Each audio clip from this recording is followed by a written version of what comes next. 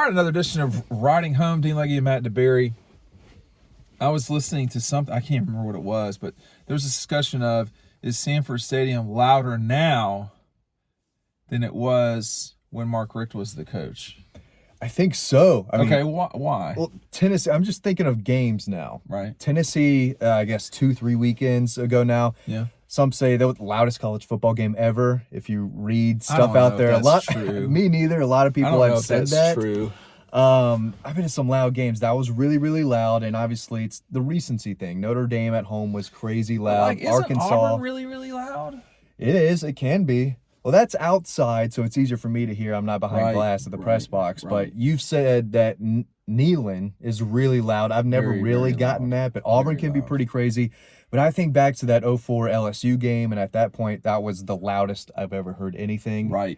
The blackout game was really loud. Right. A lot of those mid 2000s and even early 2000s, 03, 04, there were some big games at home. Then you talk about 13 LSU. Right. Aaron Murray, Zach Manbergo, and back to back. That was a great game. Crazy, just great game. 2013 South Carolina, a game that they needed to win. That was really loud. So Sanford can get loud. Now, it doesn't get maybe the respect. It's not Death Valley type. There's no kind of name for it. Right. And it's not really built, like others. Kirby, he's right. Yeah. He was talking about that the other day, about how the way it's shaped, it's a little bit like the Rose Bowl. Like the Rose Bowl, when we were there for that game with Oklahoma, there were almost 100,000 people at that game, and it never necessarily sounded loud. Oh, did it? I did. Well, you were against. At the Rose Bowl, of course, I was on the field in the corner. The end zone was here, which was where the Georgia section. Sony ran right into the band, and on the other side was where you were. So you heard the pop, and you just what was your both sides of the stadium when they erupted and the big moments happened, because it was a heavyweight battle. There were so many back and forth monster game-changing plays that the Georgia fans went nuts after like 2 sacks in a row on Baker Mayfield. I think in the third, that was very loud when they were trying to get back into it. And then when Sony fumbled, they picked it up, had the fumble, recorded for a touchdown. I thought Georgia had lost at that stage. They exploded. So I remember that being a pretty loud environment. That really is one of the greatest football games I've ever seen. Ever. You've been to the Falcons a lot, and I will say now I don't know about Mercedes-Benz as much, but the Dome could really, really, really get loud. There are 2 moments that I can recall in my time covering Georgia. One, probably the loudest pop I've ever heard was Miracle at Jordan Hare, where the ball tipped and it fell into the hands of the guy. I can't remember his name. Yeah. 2 was when Georgia blocked. It was Alec Ogletree was returning a blocked field goal for a touchdown for Georgia. Think about how well Georgia played that day, and they got 2 touchdowns as a result of special teams, one from a fake punt and one from that. And had that not happened, Alabama sort of solidly was beating them that day. Yeah. But that pop, that was the loudest I've ever heard of any moment. And you need to have the moments. And there have been a lot of moments in Sanford Stadium. And 2016 Tennessee. So people forget that game because they didn't win. Yeah. But that went from I'll tell you, I don't know if I've ever seen the stadium rocking like that after. That was your first game with Dog Post. That was the first game I ever covered. Right. Up in the press box, and that's still probably the best throw I've ever seen. Dude, he laced that ball. That was just a rocket 50 yards on the money. I mean, it was a big amazing moment, big play, and it was his first year, so they were trying to get that big Kirby win. They kind of already had it at Missouri on the 4th down. Right. But LSU was really loud. And down there, it's very loud down there. They did not expect to win that game, I think, those fans. LSU did not. When we were coming in there. Weird kind of feeling vibe from their side. So you got, sometimes when you're on the road, the fan base can be particularly negative about their position at that moment. I mean, that was not a horrible LSU team. I don't think they were better than Georgia that year, but they sure did beat their brains in that day. And the season later, LSU was crazy good. Yeah. But and Alabama hung in there with that game. We talk about that game being a blowout. it really kind of wasn't. You were on the field, I guess, 07 at Alabama. 07 at Alabama, yes. How was there a Georgia pop there at all? Were there any Georgia fans at that game? It was so loud and it was so quiet so quickly. And when Matthew threw that touchdown to Mikey Henderson, it occurred to me that the game was over. I'm not sure it occurred to everybody that the game was over, because what happens with touchdowns is the crowd goes very quiet. There is a real loud screech, which is the smaller crowd, and then you hear the whistle of the referee, and things get even quieter, and then the sideline explodes. In that scenario, I was not greatly positioned. I was like at the 10 or 15-yard line. Matthew threw that ball. It was one and done, and he came down with it. But you were trying to get down there, right? Were you walking to get in that spot? I can't remember. Yeah. But anyway, the moral of the story is that was right into the Alabama student section. And a reason why I wear the clothes that I wear when I go to games is partly because of Georgia Tech and partly because of what happened at Alabama that night.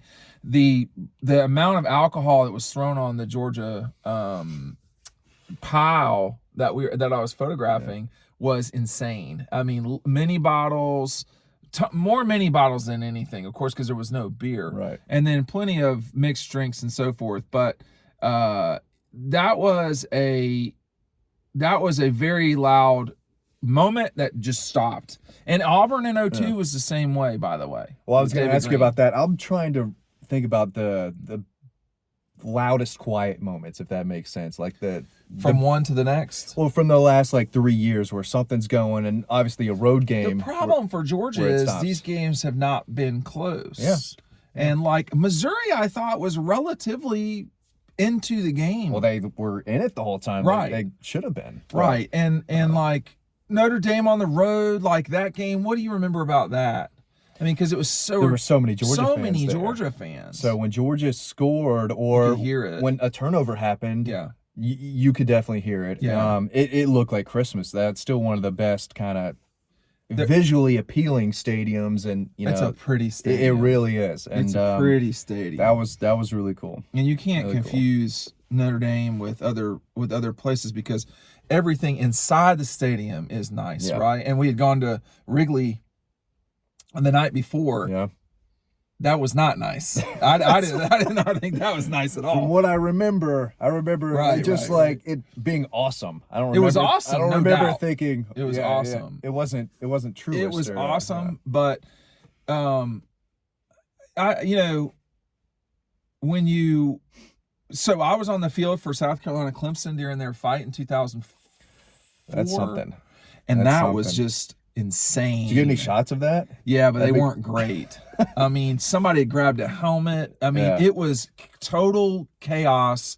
State troopers everywhere, and no one could get guys. That's an underrated rivalry. Well, they really don't. Sure. They don't like each other at all. But at that moment too, there was a transition from Lou Holtz. Then Spurrier was coming in the next year, and but there was all this jibber jabber about what started the fight and all this, but that was bizarre. I feel like something. I want to ask you about this one. This is something we talked about before the Tennessee game. Is 2000 Georgia, the fans rushing on the field with less than 2 minutes. I remember texting you that. Dude, this would never ever happen. Well, there's a couple of reasons why it would not happen now. First of all, because Georgia's not lost 8 games in a row to Tennessee. Right. And secondly, one reason why, logistical standpoint too. With that, I was just gonna say, if at Notre Dame, I can't remember, but at Clemson, you can just sort of walk onto the field. LSU, Tennessee. There are places it's very easy. Yeah. At Georgia, you can walk to the hedges, but you've got to get through the hedges are the width of this car. Maybe. Yeah. And then there's a fence in between it. So you can't just go onto the field. There's a double gate. You can't walk on through it's hard to get on the field at Georgia. Even with a pass sometimes. I would say it's harder to get on the field at Auburn actually than anywhere else. And because those are not friendly hedges. Those are the ones that hurt, that will scrape you to death. Better watch How many those. times have you covered a game and someone's rushed the field? So Kentucky in 6, which was not good. These are dangerous situations. I'm going to tell you right now. I feel like there was another one at some stage. I think if Georgia Tech ever beats Georgia in Atlanta, no matter what the situation is, they're coming on the field, because you got to think about it, Matt. They've not won a game in Atlanta against the Dogs this century. I want to get back to this. I want to ask Auburn in 17. Yes. Did they rush the field? Georgia was number 1. They did not rush the field. That was a big deal. Okay. That was a big deal, and they didn't do it probably because it wasn't Alabama. Said. Well, it's hard to do that, man. And they had rushed the field It's a real twice. decision. Do we really want to do this, or do we want to throw the toilet paper on the trees? The students always want to do it. Yeah, now the trees don't exist anymore, which is sad, and you know. But you said Tennessee fans will 100% rush the field next time they beat Georgia. Tech. Oh, Tech. Okay. In Atlanta. Tech. No question asked. I cannot imagine I don't remember that not being the case. I can't even think of the game the last time Georgia lost there. You do. 99. Yeah. The game was stolen from them. That's all there is to it. The Jabari Sanks fumble at the Jasper Sanks did not fumble that ball. They straight up missed that call. It was a horrible, horrible call. Yeah. They stole that game from Georgia. The year before was a missed fumble where Tech went on to score a touchdown in that game with Joe Hamilton. But anyway, you can say what you want to. There's no question they missed the 99 call. Yeah. But I think, is Sanford louder? I mean, I don't know. But the statistics prove out that there seem to be more false starts now than I can ever remember. I don't know about louder, but it's tougher to play. It's certainly tougher to play because the players are better. People realize. The players are better. I remember in the NCAA video games, they have like the stadium, like toughest to play in, and it's not. Georgia's never in that top 5. It seems when you first turn the game on. I don't think it's considered as loud. Where's the toughest place that you've seen Georgia play? Auburn's got to be up there. Auburn's definitely up there for sure. It would be the Swamp if they played in the Swamp, I would assume. But they don't even sell out. They've never had a real competitive game at Tennessee that I've covered. Ooh, man, it can really rock and roll up there. It can really rock and roll up there. LSU in LSU 18, for sure. that was rocking. When they started taking the lead and taking command of the game, the fans really came up. Another wild pop. What's that? They played neck. They did? Okay. Yeah, that's a big deal. So in 2003, Nick Saban's national championship season at LSU, George goes down there, Tyson Browning for 90-something yards to tie the game, 10-all. I think 2 plays later, whatever it was it Matt Mock? Is that right? Skylar Green? Something like that. And that place erupted. And, LSU has been known for loud pops with their 2 now earthquake games. One in 1987 with Auburn, I think it was 87, and then this past year when they had the 2-point conversion for a touchdown against Alabama. I do wonder how loud it was. I did not find the national championship game overwhelmingly loud. Yeah. Did you in Indianapolis? Behind glass, which does really take a lot of the sound away more than you would think. But you could hear the moments and all that. What was it like when Kelee was running down the sideline? You could see everyone in the stands just losing it. Yeah. Just losing it. Debris Hands going everywhere. Yeah. Alcohol after kind of like a soccer game when they throw the beers out. There was you could see a little bit of that, and where I was, Kelee was running through it. So was he running towards you? He was running away from me. I was they kind of put me in the corner. Yeah, that's what happens. What are we doing? Me in the corner? Well, they should know. But he was running away from me. He was running away from me too. The catch was in front of me and then took off. So I thought the game would be decided in the end zone because it's a Georgia-Alabama championship game, and this is what we do. 12, 18, 17. These are all. If you were down on that sideline, it's because you knew you couldn't get there. It just depends on the way you shoot as a photographer. But I mean, we had Dylan on the other side. He popped that all the way down, and we got it, thank God.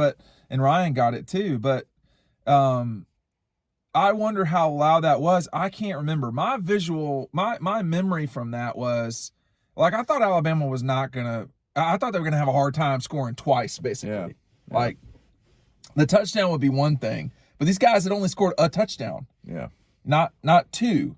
And they had been down on like the 5 And yard they line. earned that touchdown too. I mean, I don't think Georgia made it easy. No, they did, but they started at the 20 to score. But anyway, my memory was so David Pollock was behind me with one of his sons, if not both. Ben Watson was to my slight right. Ben got extremely excited when they scored and jumped in front and jumped up and down. But then, I don't remember if James Cook was right there, but it was all of the offensive guys.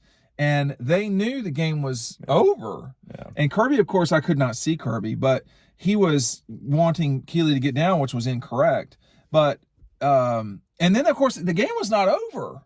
Yeah. And the Georgia players, they did not know how to react to what had just happened because the game was over. Yeah. And, Alabama was not going to steal this one away like they had so many times in the past. Yeah. And it wasn't going to come down to the last play of the game. No, it didn't. And it did not. And everyone had that kind of last 2 minutes of the game to enjoy what was happening. I have more text messages from friends of mine who are serious people who did some really dumb stuff that night. And I think it was such an emotional, we've not seen that sort of emotional win in Athens, perhaps since LSU 13. That was a big, big emotional day. I guess Notre Dame, but there was so much involved in that 13 LSU game that people. Paul Oliver.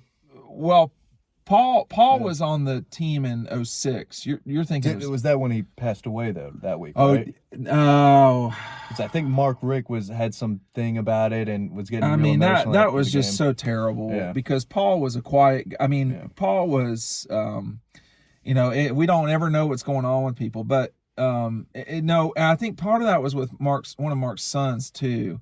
Mark, that was an emotional beginning of the season, and then the entire team got hurt by the game 4, and so they were trying. They had gone up to Neyland, I think.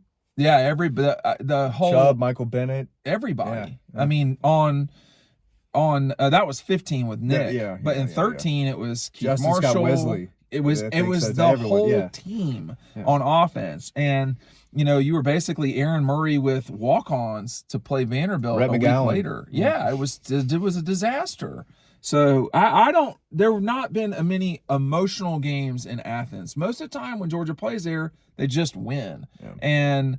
But I do think that LSU 13 was a big deal. And the question is it louder? It seems like it to me. Yeah. But it's been louder than I think people give it credit for nationally. Yeah, but when you have a game at Notre Dame, and even the Mississippi State game in 17 was loud. Yeah, that Arkansas game last year was loud. Yes. They weren't crazy loud, but it can get rocking. It can. Thanks for watching.